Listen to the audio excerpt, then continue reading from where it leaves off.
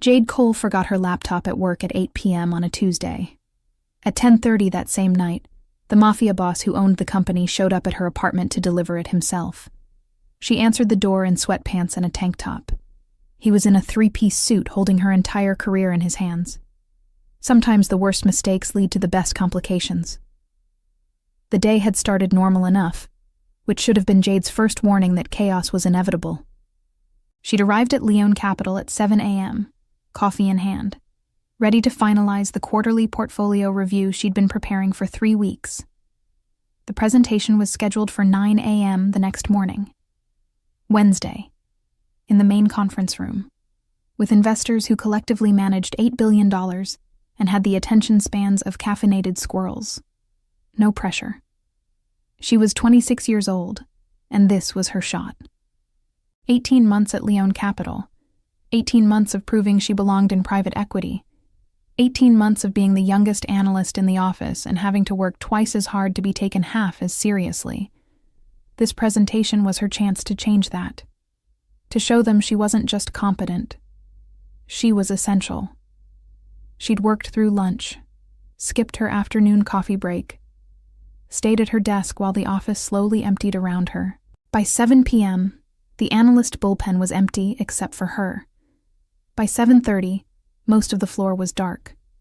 By 7:45, her phone rang.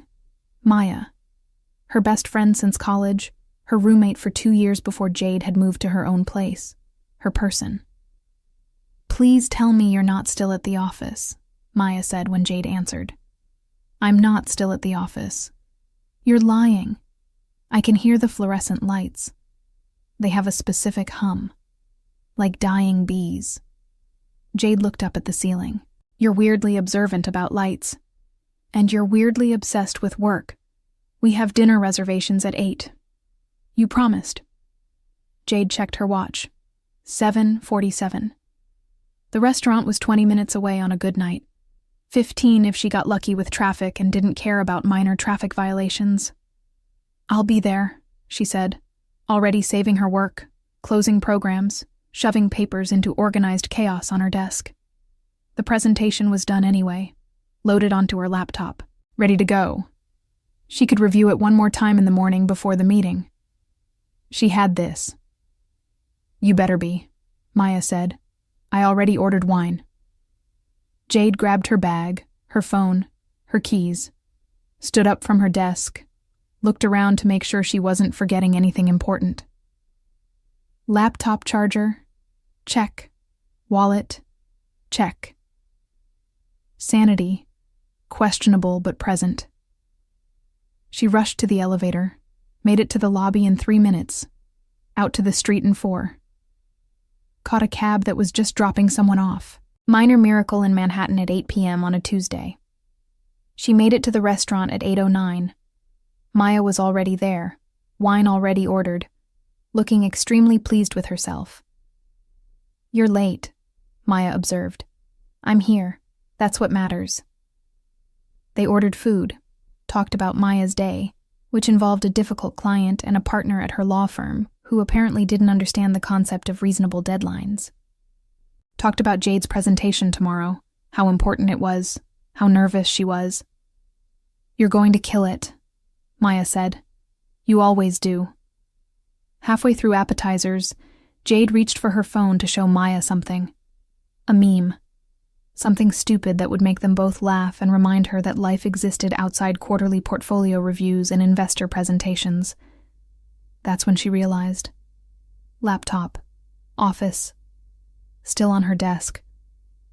"Oh no," she said. Maya looked up. "What?" "My laptop. I left it. At the office, so get it tomorrow morning. The presentation is on it. All my notes, all my slides, everything. Isn't it backed up? To the company server, which I can't access from home without my laptop, because the security protocols require." Maya held up a hand. "Okay. I believe you. What are you going to do?" Jade was already pulling up her phone, calling the office. It rang, and went to voicemail because everyone was gone. It was after 8. The office closed at 6. Security locked the doors at 8 unless you had a keycard. Her keycard was in her other bag, at home, because she'd switched bags this morning and forgotten to transfer it. She called building security. Voicemail. She tried the main office line again. Voicemail. She looked at Maya. I'm so fucked. Can you redo it? Not at this level. Not in 12 hours. She felt panic starting to rise in her chest, that specific flavor of professional disaster that tasted like failure and unemployment. This was supposed to be my moment. This was supposed to prove I belong there. Maya reached across the table, squeezed her hand. Okay. Deep breath. We'll figure this out. Can you go back to the office? Building's locked. I don't have my key card. Can you call someone who does? Everyone's gone. It's after 8 on a Tuesday. Normal people have lives. You could call your boss. Jade laughed. It came out slightly hysterical. I can't call Dominic Leone and ask him to let me into the building because I forgot my laptop like some kind of incompetent child. Does he have a key card? He owns the building. But I'm not calling him. Why not? Because, Jade said, and didn't finish the sentence because she didn't have a good reason that didn't sound insane. Because Dominic Leone was her boss. Because he was intimidating and brilliant and ran a multi-billion-dollar investment firm at 41 years old. Because she'd been carefully not noticing how attractive he was for 18 months, and calling him at 8 p.m. on a Tuesday would require acknowledging his existence outside of professional contexts. Because she couldn't call him. She'd just have to survive on panic and spite until morning. Dominic Leone was still in his office at 9 p.m. because some meetings ran late, and some problems didn't solve themselves, and some territory disputes required his personal attention, whether he wanted to give it or not. Luca, his consigliere, and the closest thing he had to a best friend, had left 10 minutes ago after 3 hours of discussing shipping routes and profit margins, and which family was encroaching on which territory. Exhausting, but necessary. The legitimate business paid the bills. The less legitimate business paid for everything else. He stood up from his desk, stretched, decided to do one final walk through the office before heading home. Old habit. His father had done the same thing every night. Check the doors, check the lights, make sure everything was secure. Dominic had inherited the company and the habits that came with it. The executive floor was empty. The legal department was dark. The analyst bullpen still had one light on. He walked over to turn it off. That's when he saw the laptop, still open on a desk, papers scattered around it, coffee mug sitting nearby, still half full. The desk nameplate read, Jade Cole, financial analyst. He knew her, not personally, but professionally. She'd been with the company 18 months. Smart, sharp in meetings. Asked good questions that suggested she actually understood what they were discussing instead of just pretending. He'd noticed her work. He'd also noticed her, which was a problem he'd been carefully ignoring for approximately 18 months. She was 26. He was 41. She worked for him. These were facts that mattered. He looked at the laptop screen. Still on. Calendar visible. Tomorrow, 9 a.m., blocked off in red. Investor presentation. Quarterly portfolio review. Main conference room. He knew that presentation. Major clients. The kind of meeting that could make or break an analyst's career. The kind of thing you didn't show up to without preparation. She needed this laptop. His phone rang. Luca. You still there? Luca asked. About to leave. Why? Just making sure you're not working yourself to death.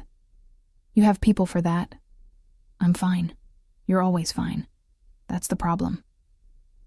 Dominic walked back toward his office, laptop in hand. I'll call you tomorrow. Wait. Why do you sound weird? I don't sound weird. You do. What happened? Nothing happened. I'm leaving. Are you holding something? How would you know if I'm holding something? Because I know you. What is it? Laptop. Whose laptop? One of the analysts. Which analyst? Does it matter? Luca was quiet for a beat. Then, oh, the analyst. Her name is Jade Cole. I know her name. You've been watching her for a year and a half. I haven't been watching her. You absolutely have. You look at her in meetings. Don't think I haven't noticed. Dominic didn't respond. So, Luca continued, clearly enjoying this. You have her laptop. What are you going to do with it? She has a presentation tomorrow. She needs it. So call her. Tell her to come get it. It's 9 p.m. Building's locked. Call security. Have them hold it for her. Dominic looked at the laptop, at the calendar showing tomorrow's meeting, at the time showing 9:17 p.m. He could call security. That would be the reasonable thing to do. I'll take it to her, he said. Silence. Then, you're delivering laptops now? She needs it tonight. For tomorrow. So have security call her. I'm handling it. More silence. Dominic could practically hear Luca grinning through the phone. You have her address? Luca asked. Employee records. Right. Employee records. Very professional. Nothing to do with the fact that you've been looking for an excuse to talk to her for 18 months. I'm hanging up now. Does she know you're coming? No. You're just going to show up at her apartment at 9:30 at night with her laptop. Yes, that's either very helpful or very creepy. I'm not sure which. It's helpful. She needs the laptop. I'm bringing it to her. That's all. Sure, Luca said. That's definitely all. Let me know how it goes. There's nothing to know. Luca laughed and hung up. Dominic stood in his office holding a laptop that belonged to a 26-year-old analyst who probably didn't even know he'd noticed her existence beyond her quarterly reports. He could call her, could have security handle it, could do about 15 different things that weren't driving to her apartment at 9:30 on a Tuesday night. He pulled up her employee file, got her address, West Village, 25 minutes this time of night. He grabbed his coat and left before he could talk himself out of it. Jade made it home by 9:45, which meant she'd left Maya at the restaurant with apologies and promises to make it up to her, and genuine panic about tomorrow's presentation. She was fucked. Completely fucked. She'd spent the cab ride home trying to remember what was in the presentation. The key points, the major insights, the data that mattered. She could probably reconstruct 60% of it from memory, maybe 70 if she really focused. That wasn't good enough. She changed into sweatpants and a tank top because if she was going to have a professional crisis, she was at least going to be comfortable. Pulled her hair into a messy bun. Washed off her makeup because pretending to have her life together wasn't going to help anything at this point. She opened her personal laptop, started trying to rebuild the presentation from memory. It wasn't working. She had some of the data backed up in emails, some of the analysis saved in drafts, but the final version, the polished version, the version that was supposed to show $8 billion worth of investors that she knew what she was doing, that was on her work laptop, on her desk, in the office, mocking her. She was on her third failed attempt at recreating a slide when her doorbell rang. She looked at the clock. 10:27. She wasn't expecting anyone. Maya wouldn't come over without calling first. Her neighbor sometimes knocked on the wrong door when she was drunk, but it was Tuesday, and Mrs. Chen didn't drink on Tuesdays. She walked to the door, looked through the peephole. Tall man, dark suit. Couldn't see his face clearly from this angle, holding something. Who is it? She called through the door. Dominic Leone. You forgot something at the office. Her brain short-circuited. Dominic Leone, her boss, the CEO, the owner of the company, the man she saw in meetings and elevators and occasionally in the break room at 3 a.m. when they were both working late. The man who was brilliant and intimidating and ran a multi-billion-dollar firm and definitely did not deliver forgotten laptops to analysts' apartments at 10:30 at night. She opened the door. He was exactly as tall as she remembered, exactly as well-dressed. Tom Ford suit, perfectly tailored, probably cost more than her rent. dark hair with just enough gray at the temples to be distinguished instead of old. Sharp jawline. Dark eyes that were currently looking at her with something she couldn't quite identify. He was holding her laptop. "You forgot this," he said. His voice was exactly as she remembered too. Deep, controlled, the kind of voice that made people listen when he talked. "I know you have the investor presentation tomorrow. Thought you might need it." She stared at him, then at the laptop, then back at him. "How did you... thank you, how did you know where I live?" "Employee records." He said it simply, matter of fact. "I apologize for showing up unannounced, but I know how important tomorrow is." "You brought it yourself? You needed it tonight." This seemed faster than calling security. She was still processing. He was at her door, at her apartment, at 10:30 at night, in a suit that probably cost more than her car, holding her laptop like it was the most normal thing in the world. She looked down at herself. Sweatpants, tank top, hair in a messy bun, no makeup. She looked like she'd given up on life. He looked like he'd just walked out of a board meeting. "Thank you," she said finally. "Seriously, I was panicking. You saved my career. Your career is safe. Your analysis is excellent. You'll do well tomorrow." She blinked. He knew her work, specifically.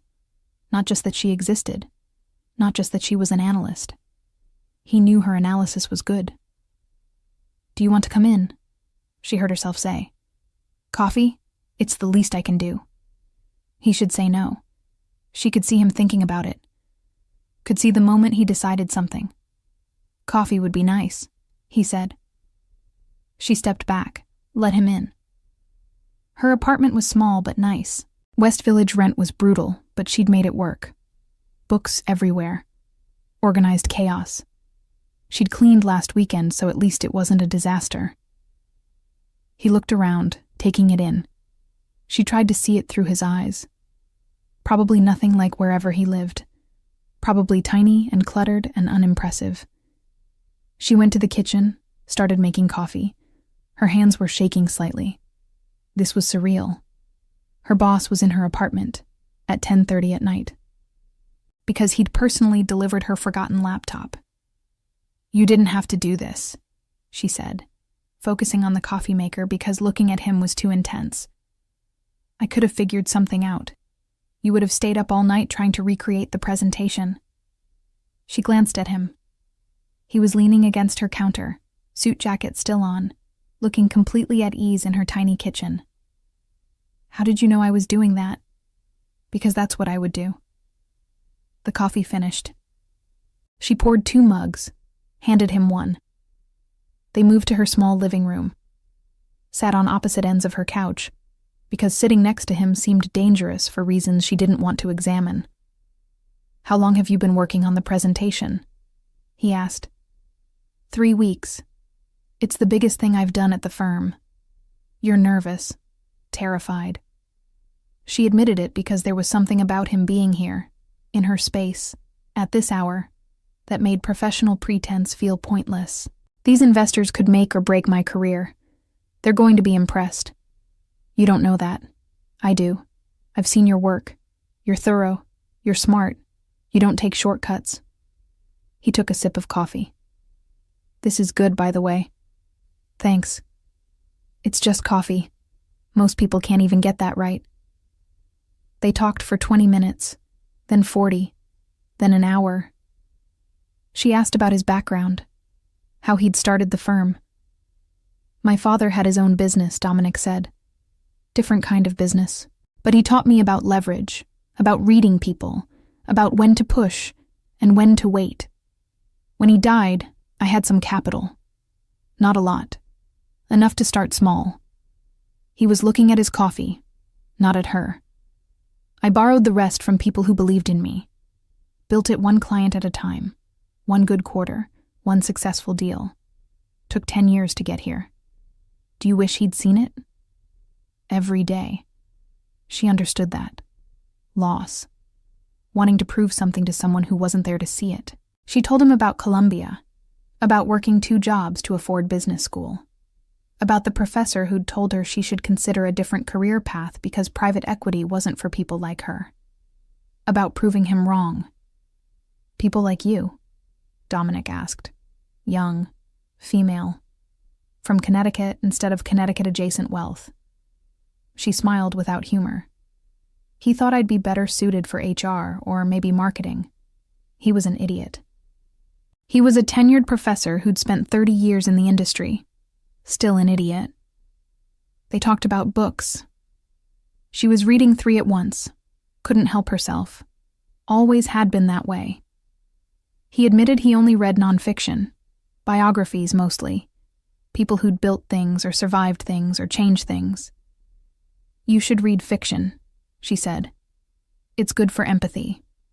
I have plenty of empathy. Do you? He looked at her. For the right people, yes. The way he said it made something in her chest tighten. They talked about travel. She'd backpacked through Japan on a budget that was mostly hostel beds and convenience store onigiri. He'd been to Italy 3 times, but always for business. Never longer than 4 days. You should go properly, she said. See where your family came from. Sicily? Isn't that where the Leones are from originally? He was quiet for a moment. Yes. My great-grandfather came over in 1952 with nothing. Built something here, but I've never been to his village. Never seen where he grew up. Why not? He shrugged. Business. Time. Maybe afraid it won't live up to the stories. Or maybe afraid it will. He looked at her. Maybe that too. The conversation shifted to smaller things. Favorite movies. He liked crime dramas, which she found funny for reasons she didn't articulate. She liked romantic comedies, which he pretended to judge but admitted he'd seen When Harry Met Sally 4 times. 4 times, she said, laughing. My ex-girlfriend liked it. The words hung there. Ex-girlfriend. Acknowledgement that he'd had a life, relationships, history. How long ago? Jade asked, then immediately regretted it. Sorry, that's none of my business. 3 years. He said it simply. We dated for 2 years. She wanted things I couldn't give her. Marriage, kids, normal life. I was building the firm, working 80-hour weeks. She got tired of waiting. Do you regret it? Not ending it, no. Regret how long I let it drag on when we both knew it wasn't working. Jade understood that. She'd had a boyfriend in business school. Nice guy. Smart. Wanted her to move to Boston after graduation. She'd chosen New York instead. Chose her career. He'd called her selfish. Maybe he was right. Not selfish, Dominic said when she told him this. Focused. There's a difference. Is there? Yes. Selfish is taking without considering others. Focused is knowing what you want and not apologizing for pursuing it. He set down his coffee mug. You chose the life you wanted. That's not selfish. That's honest. She felt seen in a way that was uncomfortable and wonderful at the same time. The clock on her wall said 11:15. They'd been talking for 45 minutes. It felt like 10. What do you do when you're not working? She asked. He smiled slightly. When does that happen? Come on. You must have hobbies. I play piano. Not well, but I play. She couldn't hide her surprise. Really? My mother insisted. 10 years of lessons. I hated it as a kid. But now... He paused. Now it's the only time my brain actually stops. That's not nothing. No, it's not. He looked at her. What about you? I run. Early mornings before work. It's terrible and I hate every second of it, but I keep doing it anyway. Why? Because it's the only time I'm not thinking about portfolios or presentations or whether I'm good enough to be doing this job. You're more than good enough. How do you know? Because I've watched you for 18 months. I've seen every report you've written, every analysis you've presented, every question you've asked in meetings. You're not just good enough. You're exceptional. She couldn't breathe properly. He was looking at her like she mattered. Like she wasn't just an analyst. Like she was something more. At 11:30, he stood. I should go. You need to prepare. She walked him to the door. Every step felt significant.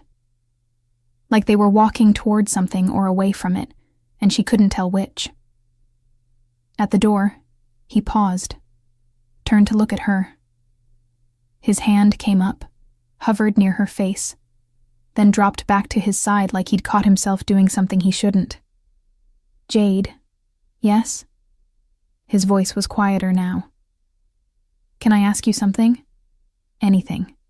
If you didn't work for me. He chose the words carefully. If circumstances were different. If I wasn't your boss, and you weren't so young and none of the complicated things existed, would you have dinner with me? Her breath caught. The question was hypothetical. Impossible. Safe because it would never happen. Except his eyes said it wasn't hypothetical at all. It was the most real thing either of them had said all night. Yes, she said quietly. I would. He nodded slowly. Something shifted in his expression. Relief. Regret. Want. All of it at once.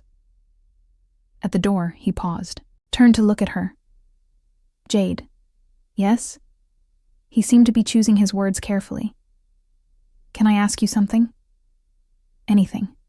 If you didn't work for me. He paused. If circumstances were different, would you have dinner with me? Her breath caught. The question hung between them, impossible to ignore. Yes, she said quietly. He nodded slowly. Something shifted in his expression. Something that looked like relief mixed with regret. Good to know, he said. Why are you asking?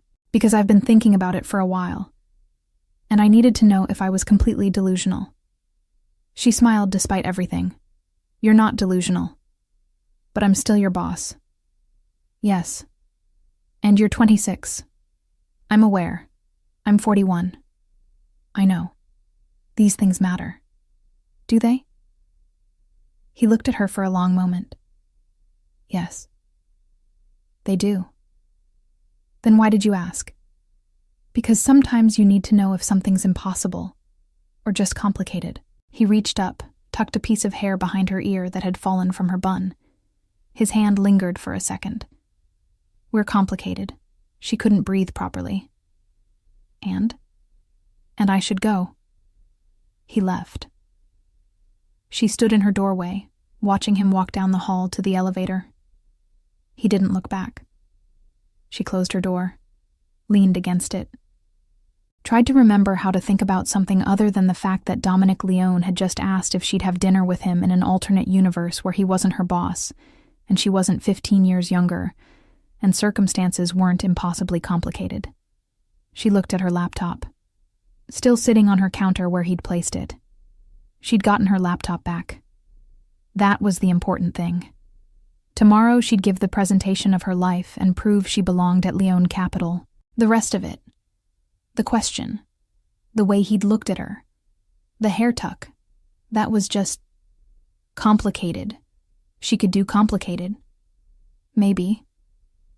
The next morning, Jade arrived at the office at 7 a.m., gave herself 2 hours to review the presentation one final time, made minor adjustments, practiced her talking points, tried not to think about the fact that Dominic Leone had been in her apartment 12 hours ago, asking hypothetical questions about dinner. At 8:45, she headed to the conference room. The investors were already there. 3 men, 2 women, all of them in their 50s or 60s, all of them with expressions that suggested they'd seen 1,000 presentations and been impressed by approximately none of them. She set up her laptop, pulled up the presentation, took a breath. At 8:55, Dominic walked in. He nodded to the investors, took a seat at the back of the room, made eye contact with Jade for exactly 2 seconds, gave her the smallest nod. She understood. You've got this. At 9 a.m., she started talking. She killed it. Every slide was perfect. Every data point was accurate. Every insight was sharp and well-reasoned. She anticipated their questions before they asked them. She explained complex concepts in simple language. She showed them exactly why Leone Capital's portfolio had outperformed the market by 18% this quarter, and what that meant for their investments. By 9:45, they were impressed. She could see it, the way they leaned forward, the way they asked follow-up questions that suggested actual interest instead of polite obligation. At 10 a.m., she wrapped up, thanked them for their time, asked if they had any additional questions. They didn't. They thanked her. Told her it was an excellent presentation. Told Dominic he had a strong team. After they left, her colleagues congratulated her.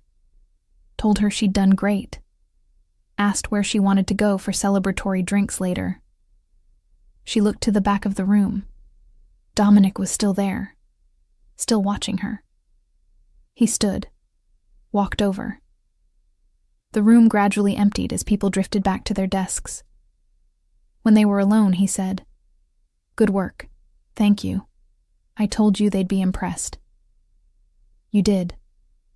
Pause. He looked like he wanted to say something else, decided against it. She watched him leave, felt the absence like a physical thing. The next week was torture. They saw each other in meetings, in the elevator, in the hallway. Every interaction was professional, polite, completely normal except for the part where it felt like standing next to a live wire.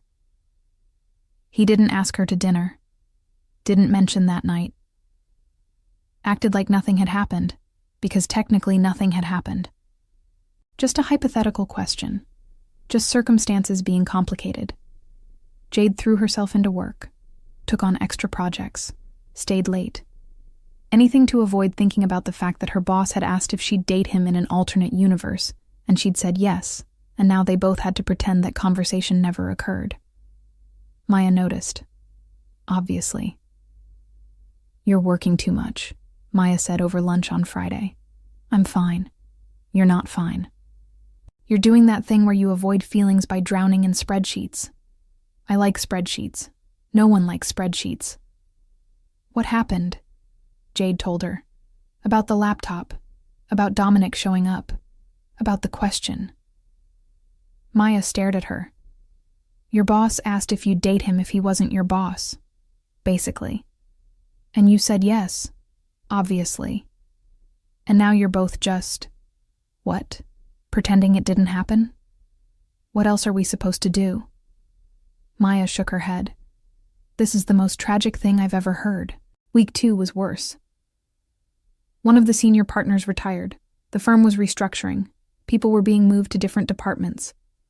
Jade heard rumors that she might be promoted, might be transferred, might be kept exactly where she was.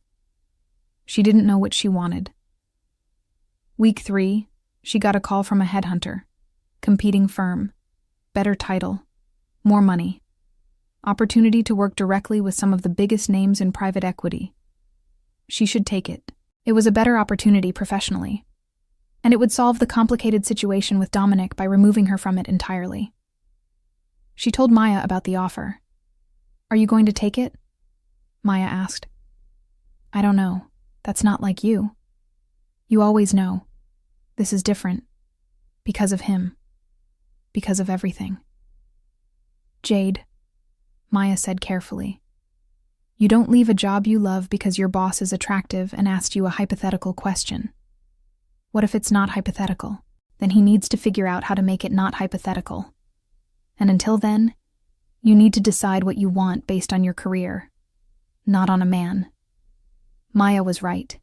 Obviously, Maya was right. Jade told the headhunter she'd think about it. Dominic heard about the offer the next day. HR mentioned it in passing. Jade Cole got an outside offer. Competing firm. She's considering it. He felt it like a punch. Luca was in his office when he got the news. Noticed immediately. "What's wrong?" Luca asked. "Nothing. You look like someone just told you the IRS is auditing us." "Jade got a job offer. She's thinking about leaving." Luca absorbed this. Then, "So stop her." "I can't stop her. It's her career. You can give her a reason to stay. Like what? Like telling her you want to take her to dinner. Like solving the problem you've been circling for 3 weeks. She works for me. So transfer her. Promote her. Make her not your employee. You own the company, Dominic. You can restructure. It's not that simple. It's exactly that simple. You want her. She clearly wants you. The only obstacle is logistics. Fix the logistics. Dominic was quiet. You're going to let her leave, Luca said, because you're too much of a coward to ask for what you want. I'm not a coward. Then prove it. Dominic called Jade into his office late Friday afternoon. The message came through at 5:45. Can you come see me? Simple, direct, the kind of message that could mean anything or nothing. She saved her work, stood up, walked to the executive floor, knocked on his doorframe. Come in. She entered. He was standing by the window, looking out at Manhattan spread below them like a game board. He didn't turn immediately, just stood there, hands in his pockets, shoulders tense. Close the door, he said. She did. The click felt loud, final, like something was ending or beginning and she couldn't tell which. He turned then, looked at her.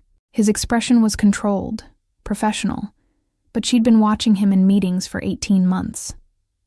She could see the tension in his jaw, the way his hands were too still. I heard about the offer, he said. She'd been expecting this. HR probably told him. Or maybe someone from the competing firm had reached out as a courtesy, the way these things worked at the senior levels. I'm considering it, she said. Why? The question was simple. The answer was anything but. It's a good opportunity, she said carefully. Better title, more responsibility, room to grow. You have room to grow here. I know. So why are you considering leaving? He was watching her like he already knew the answer, like he was waiting for her to say it out loud, to make it real. She looked away, couldn't hold his gaze and lie at the same time. Working here got complicated. She heard him move, looked back to find him closer. Not touching close, but close enough that she had to tilt her head slightly to keep eye contact. Close enough that she could smell his cologne, that expensive, subtle scent she'd been trying to ignore for 3 weeks. Complicated how? He asked quietly. You know how. Say it anyway. She met his eyes. Since that night, at my apartment. When you asked me that question, working here became difficult because of me, because of both of us, she corrected. Because I come into the office and see you in meetings, and remember the way you looked at me. Because I hear your voice in the elevator, and remember you asking if I'd have dinner with you in some alternate universe. Because I can't do my job properly when half my brain is wondering what if. What if what? What if circumstances were different? What if you weren't my boss? What if the 15 years between us didn't matter? What if all the reasons we can't do this weren't reasons at all? He was quiet for a long moment. She watched emotions cross his face. Things he was trying not to feel, trying not to show. Then he said, They don't have to be. What? The reasons. He moved slightly closer. Not quite crowding her space, but close. The logistics. They're fixable. How? If I transfer you. Different department. New supervisor. You don't report to me anymore. Not directly. Not in any way that makes this inappropriate. She processed this. This. What we're not talking about. What we've been not talking about for 3 weeks. And if I transfer? She asked, needing him to say it. What happens then? Then I take you to dinner. And we stop pretending. Her heart was pounding so hard she was sure he could hear it. You've thought about this. The transfer. Yes. For how long? Since the night I left your apartment. Since you said yes to a hypothetical question, and I realized I didn't want it to stay hypothetical. She couldn't breathe properly. Why didn't you do this earlier? He looked at her. Really looked at her. vulnerable in a way she'd never seen him. Because I was afraid you'd say no. Afraid you'd think I was abusing my position. Afraid I was wrong about what I saw in your eyes that night. You weren't wrong. No? She stepped closer, closed the distance he'd left between them. I've been coming to work for 3 weeks trying to figure out how to quit without it looking like I was running away from you. This offer. It's not about career growth. It's about the fact that I can't be in the same building as you and not want things I'm not supposed to want. What things? You know what things. Say them. Dominic. Say them, Jade. I want you to kiss me, she said. I want to have dinner with you without it being hypothetical. I want to know what it's like when you stop being my boss and start being just a man who showed up at my apartment at 10:30 at night because I forgot my laptop. He was close enough now that she could feel the heat of him. Close enough that if either of them moved even slightly, they'd be touching. If I transfer you, he said quietly, this becomes real. No more pretending. No more professional distance. I take you to dinner and I don't bring you back. She smiled. That's very presumptuous. Is it wrong? No. Good. His hand came up, touched her jaw lightly, thumb brushing her cheekbone. Because I've been patient for 18 months. I've been professional. I've followed every rule. But I'm done. If you stay, if you let me transfer you, I'm not going to be patient anymore. Promise? He almost smiled. That's what you're worried about? Me being too patient? I'm worried about a lot of things. The age difference. What people will say. Whether this is a terrible idea. It probably is a terrible idea. That's not reassuring. I'm not trying to reassure you. I'm trying to be honest. This is complicated. The age gap matters. People will talk, but I want you anyway.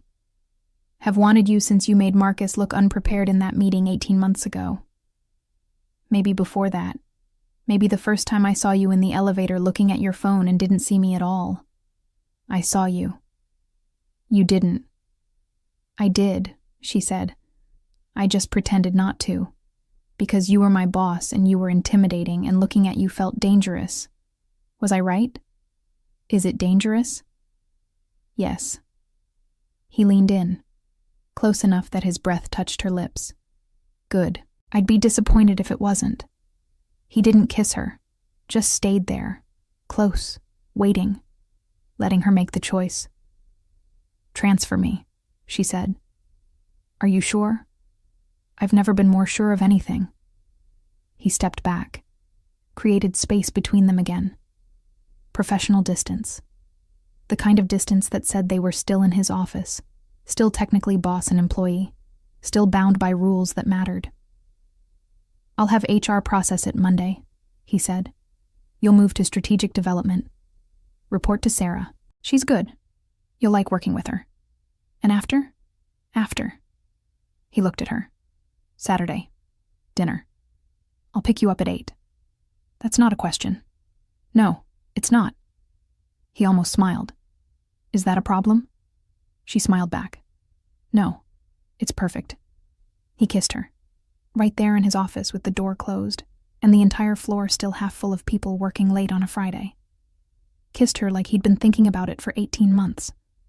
Like he'd been holding back and didn't have to anymore. When they broke apart, she said, "This is very unprofessional. I'm aware." He kissed her again. HR is going to have opinions. So many opinions. Worth it? Completely. The transfer took a week to process.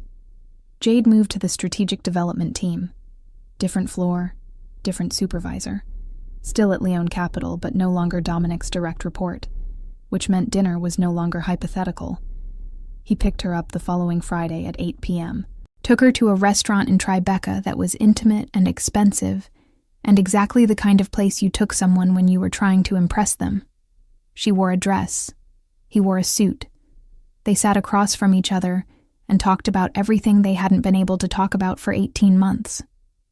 She asked about his family. He told her. Carefully edited version. Italian family. 3 generations in New York. Legitimate businesses and less legitimate connections. He didn't lie. He just didn't tell her everything. Not yet. She told him about growing up in Connecticut, about her parents who were proud of her MBA but didn't really understand private equity, about her sister who thought she worked too much.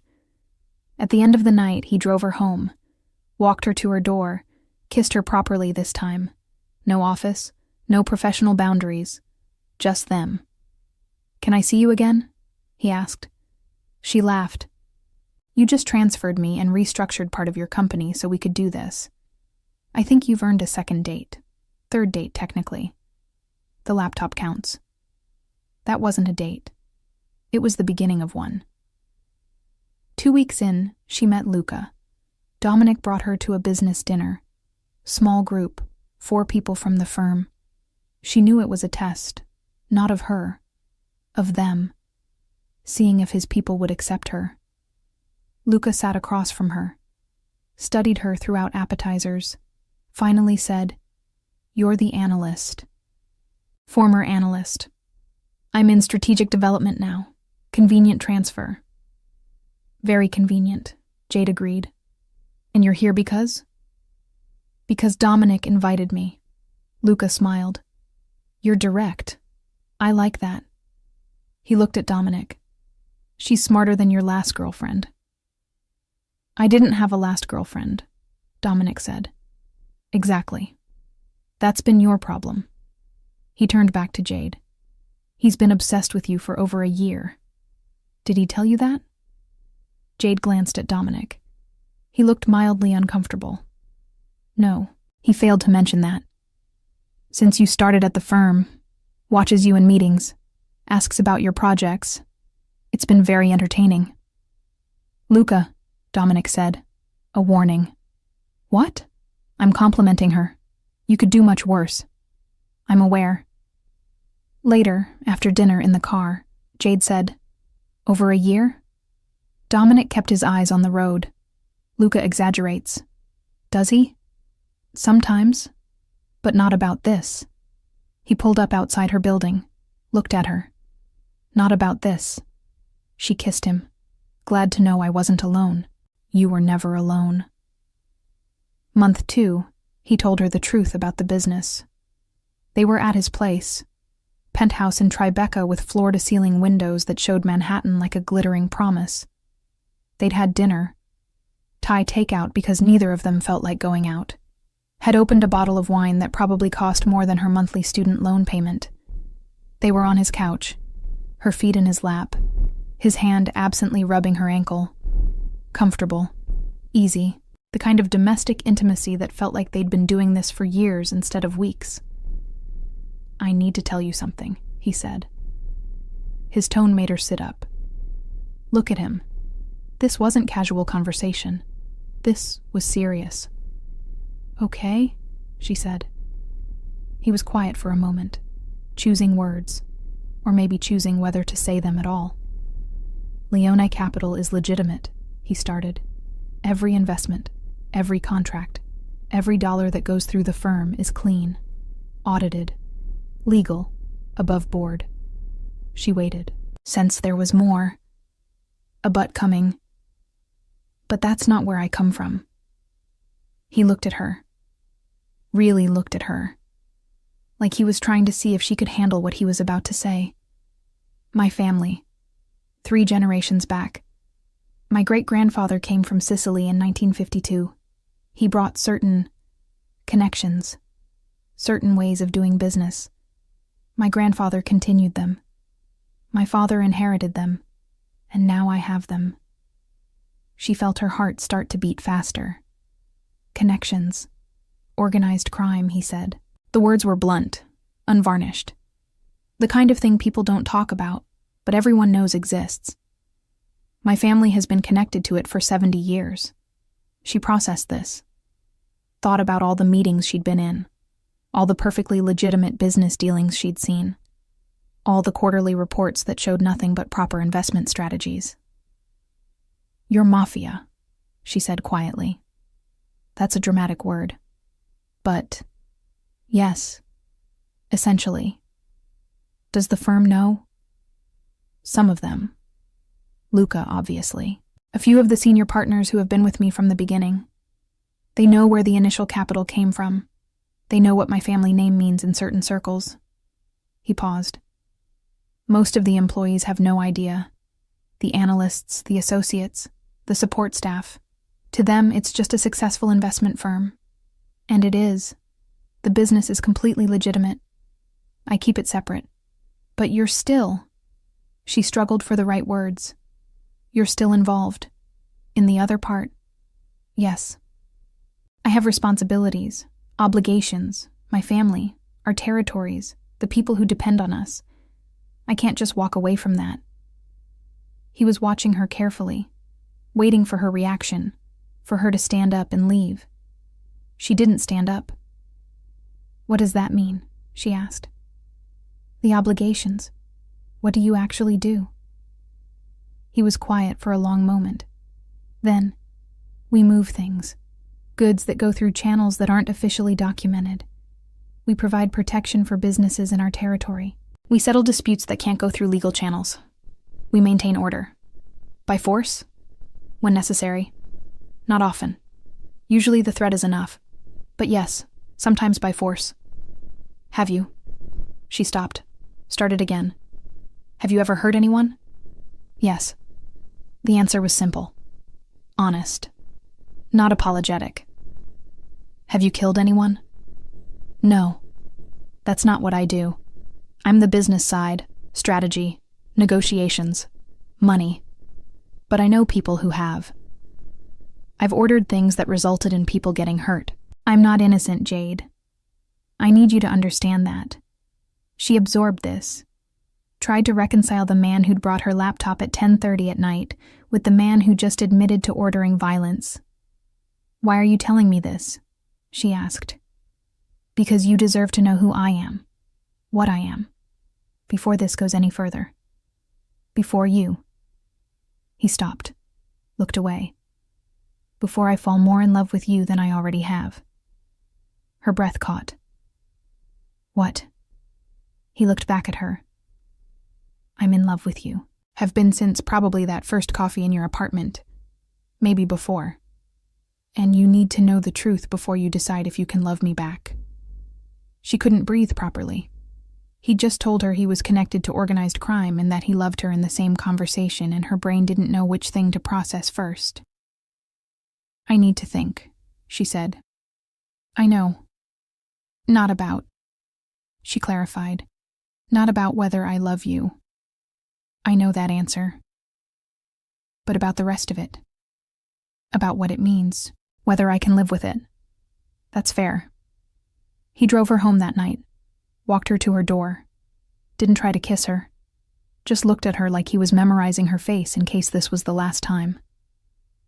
Take all the time you need, he said. If you decide you can't do this, I understand.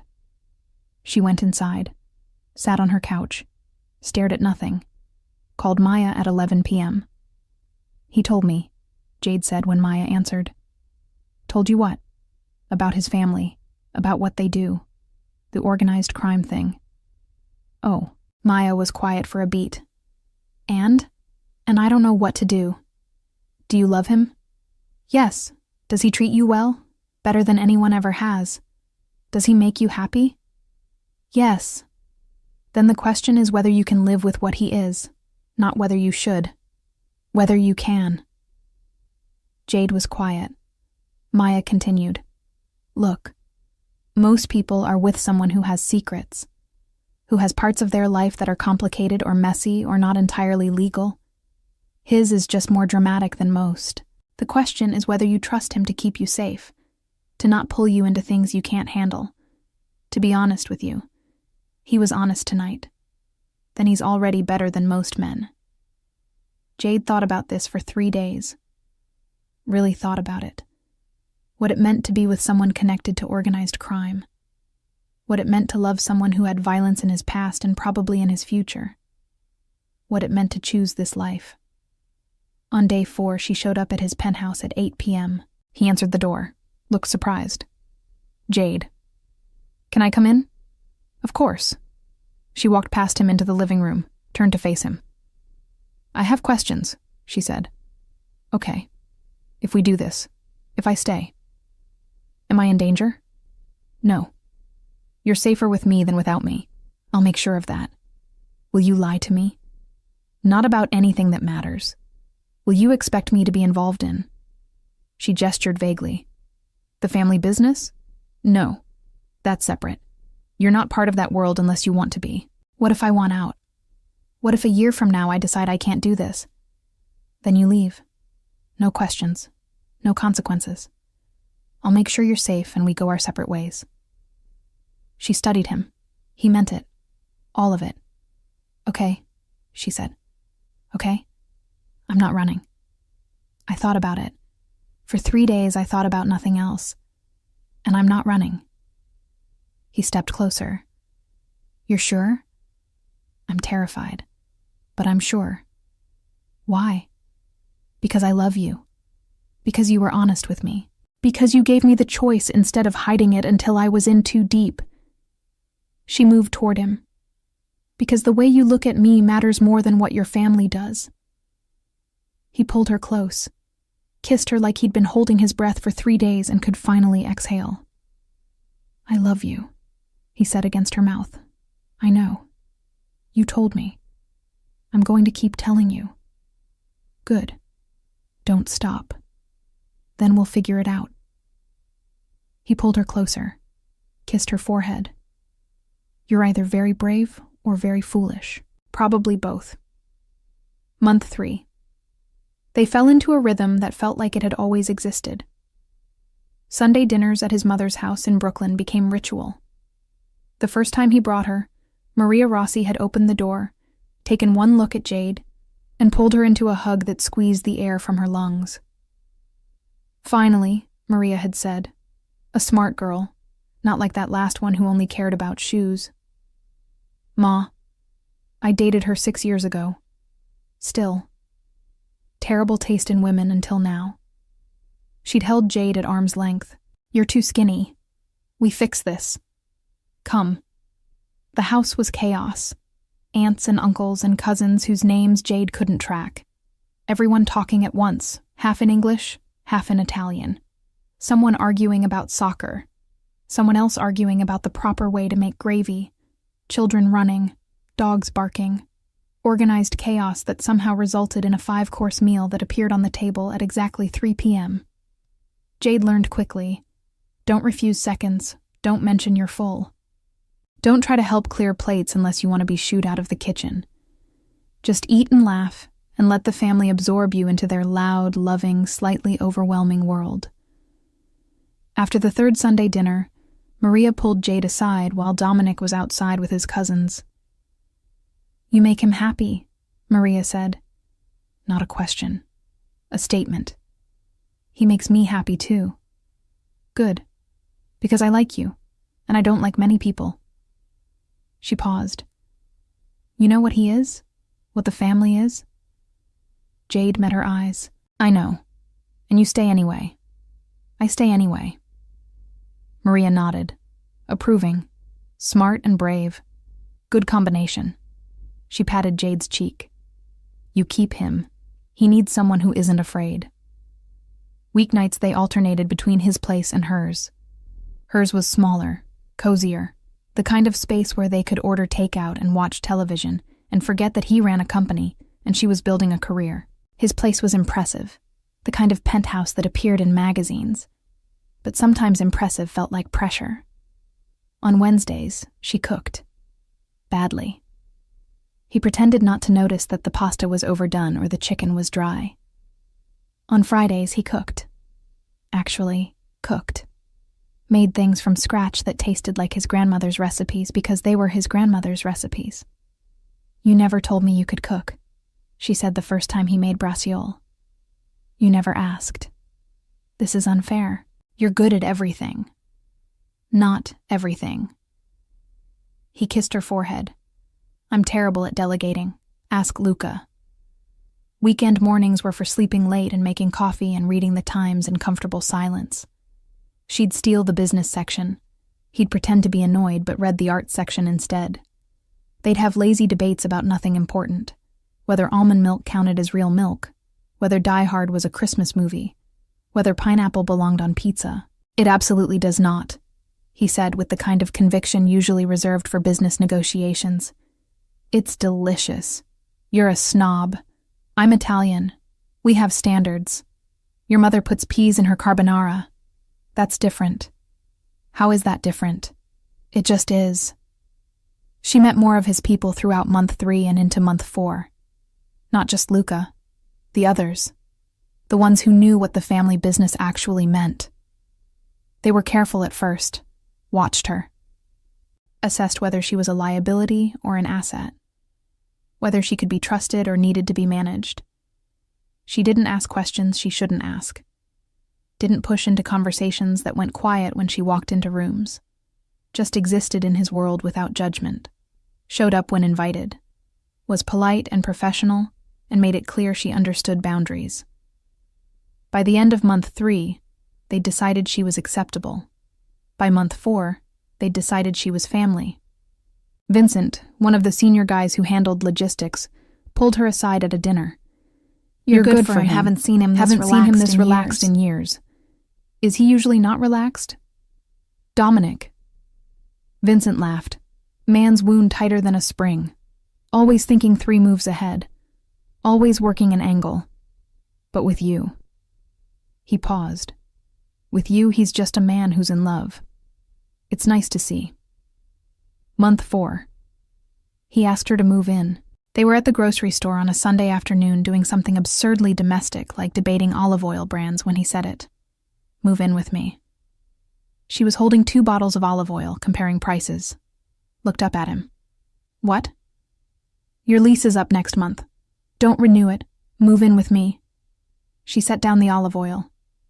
That's fast. We've known each other for almost 2 years. We've been dancing around this for 18 months. We've been together for 4 months. I'd say we're overdue. People will talk. At the office. People are already talking. We transferred you specifically so we could date. Everyone knows. Your mother will have opinions. My mother adores you. She's been asking when you're moving in since the second Sunday dinner. She had? She does not respect boundaries. Jade smiled. Is this what you want? He took the olive oil bottles from her hands.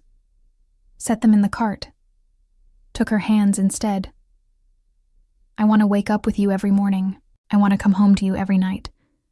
I want our space instead of my space and your space. I want to stop counting down until I see you again because you'll just be there. Yes. This is what I want. Then yes. Yes. Yes. I'll move in. He kissed her right there in the olive oil aisle. Some woman with a shopping cart said, "Excuse me," and he ignored her completely until Jade laughed against his mouth and they had to move. They loaded groceries into his car, drove back to his place. Their place now, she corrected mentally. Started unpacking. She was pulling vegetables from a bag when he came up behind her, wrapped his arms around her waist. "I'm glad you forgot your laptop," he said against her hair. "Best mistake I ever made." "Not a mistake." He turned her around to face him. "I would have found another excuse eventually." "What excuse?" "I don't know. Maybe I would have spilled coffee on you. Dramatic meet cute in the office lobby. That's aggressive. I was desperate. 18 months of watching you in meetings and pretending I didn't want to know everything about you. The laptop gave me an excuse I'd been looking for." She kissed him. "I'm glad you were desperate." "Me too." The move happened over 2 weekends. Maya helped. Made running commentary the entire time about how this was the fastest relationship progression she'd ever witnessed, and Jade was either living a rom-com or heading for spectacular disaster. "I vote rom-com," Jade said, packing books into boxes. "You would. You're the one living it." Maya taped a box shut. "Does his bathroom have good counter space?" "That matters. His bathroom is bigger than my current living room." "Disgusting. I'm happy for you."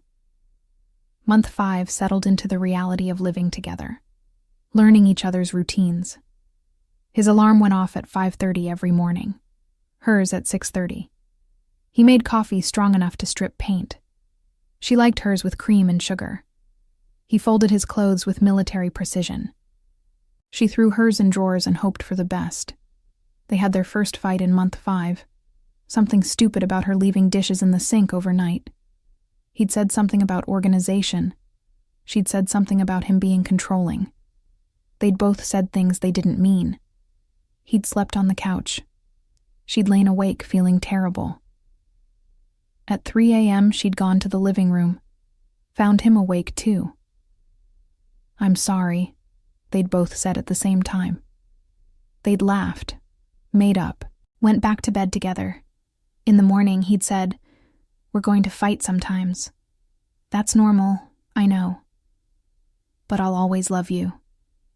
Even when I'm annoyed about dishes. I'll try to be better about dishes.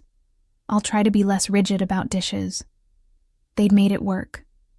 6 months in, her apartment was empty, her lease terminated, her life fully integrated into his. Their place had her books on his shelves, her coffee mugs in his cabinets, her running shoes by the door. They were having dinner at her old apartment one last time, packing the final boxes, when Maya said, "You know this is insane, right?" "What part?" "All of it. You forgot your laptop. He delivered it. Now you live together and you're meeting his Mafia family at Sunday dinners and you're just okay with all of it. When you say it like that, it sounds fast." "It was fast." Jade shrugged. "Sometimes things just work. Sometimes you meet someone and you know. This is it. This is the person. You're not scared? The age difference? The Mafia thing? The fact that you could have gotten fired for dating your boss? Terrified. Every day." But she smiled. Also happy. Every day. The terror and the happiness balance out. Maya hugged her. "You're either the smartest person I know or the stupidest. I haven't decided which. I'll take either." That night, back at their place, she found Dominic on the balcony, looking out at Manhattan spread below them like a promise. She joined him, wrapped her arms around him from behind. "What are you thinking about?" she asked. "That I almost didn't bring you the laptop that night." "Why almost?" "Because I thought it would be too obvious. Too much. That you'd see right through it. That you'd realize I'd been looking for an excuse to talk to you for 18 months, and a forgotten laptop was just convenient timing." She laughed. "I had no idea." "I know. That's what made it work. You thought I was being a responsible employer. I was being a desperate man who'd been watching you for a 1.5 years. Desperate looks good on you. I'll keep that in mind." They stood there looking at the city, at the life they'd built, at everything that had started with a forgotten laptop and a man who'd decided professional boundaries were negotiable when it came to what he wanted. "Thank you," she said. "For what?" "For bringing me the laptop. For asking impossible questions. For being patient. For not being patient. For all of it." He turned in her arms, looked at her. "You're welcome. But I didn't do any of that for gratitude. I did it because the alternative was spending the rest of my life wondering what if. And I don't do well with what ifs. Me neither. Not anymore. Sometimes the best things come from mistakes. Sometimes you forget your laptop and your boss brings it to you at 10:30 at night and everything changes. Sometimes circumstances are complicated, but people are worth the complications. Sometimes 15 minutes becomes forever, and that's exactly what you need. Jade Cole forgot her laptop at work on a Tuesday. By Wednesday, she'd given the presentation of her life. By Thursday, she was in love with her boss. By Sunday, she'd moved in with him. Sometimes chaos is just destiny being impatient.